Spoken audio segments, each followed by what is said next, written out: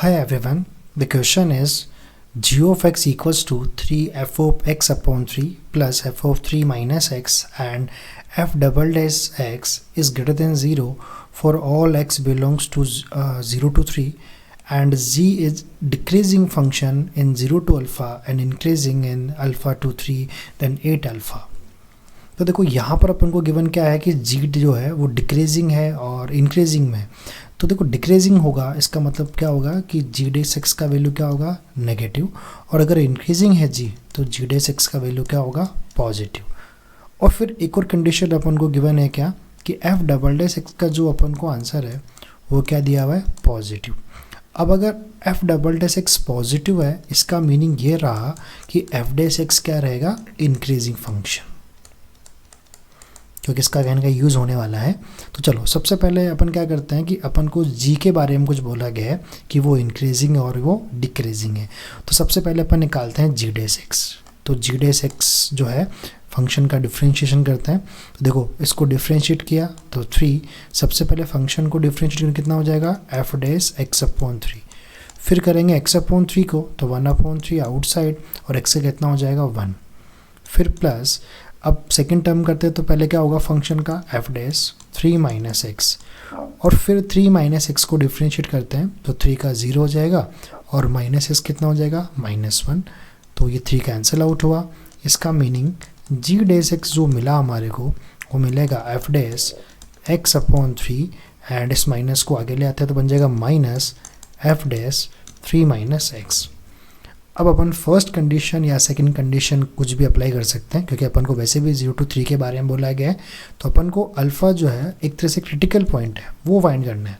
तो देखो सबसे पहले कंडीशन यूज़ करते हैं। गिवन क्या है कि जी ऑफ एक्स क्या है डिक्रीजिंग, या सेकंड कंडीशन भी यूज़ कर सकते हैं। तो अगर वो डिक्रीजिंग फंक्शन है इसका मतलब क्या हो जाएगा कि जी डेस एक्स क्या होगा लेस देन 0। तो यहाँ जी डेस एक्स का वैल्यू पुट कर देते हैं तो F dash x upon 3 minus F dash 3 minus x greater than less than 0।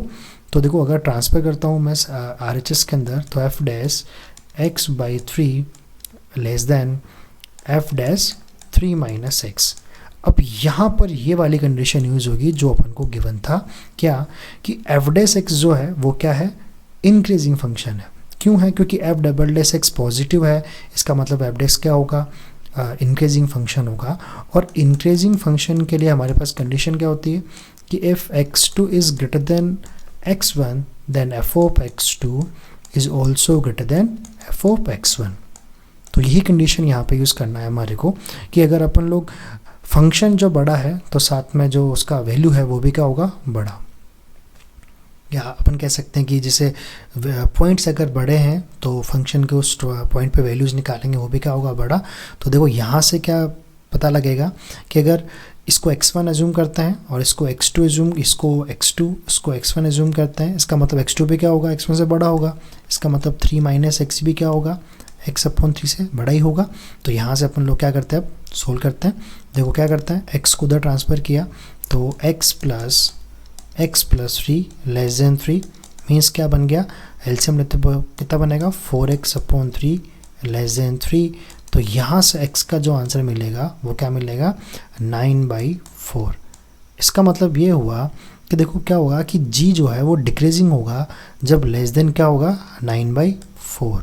अब 9/4 से कहाँ तक जा सकता है केवल 0 तक, क्योंकि देखो अपने पास 0 to 3 में ही बात कर रहे हैं अपन लोग। ऐसे ही अगर आप सोल्व करोगे किसके लिए इंक्रीजिंग के लिए तो देखोगे आप लोग कि 9/4 से वो कहाँ तक जाएगा 3 तक। इसका मतलब ये 9/4 है यही अपना क्या बनने वाला है अल्फ़ा।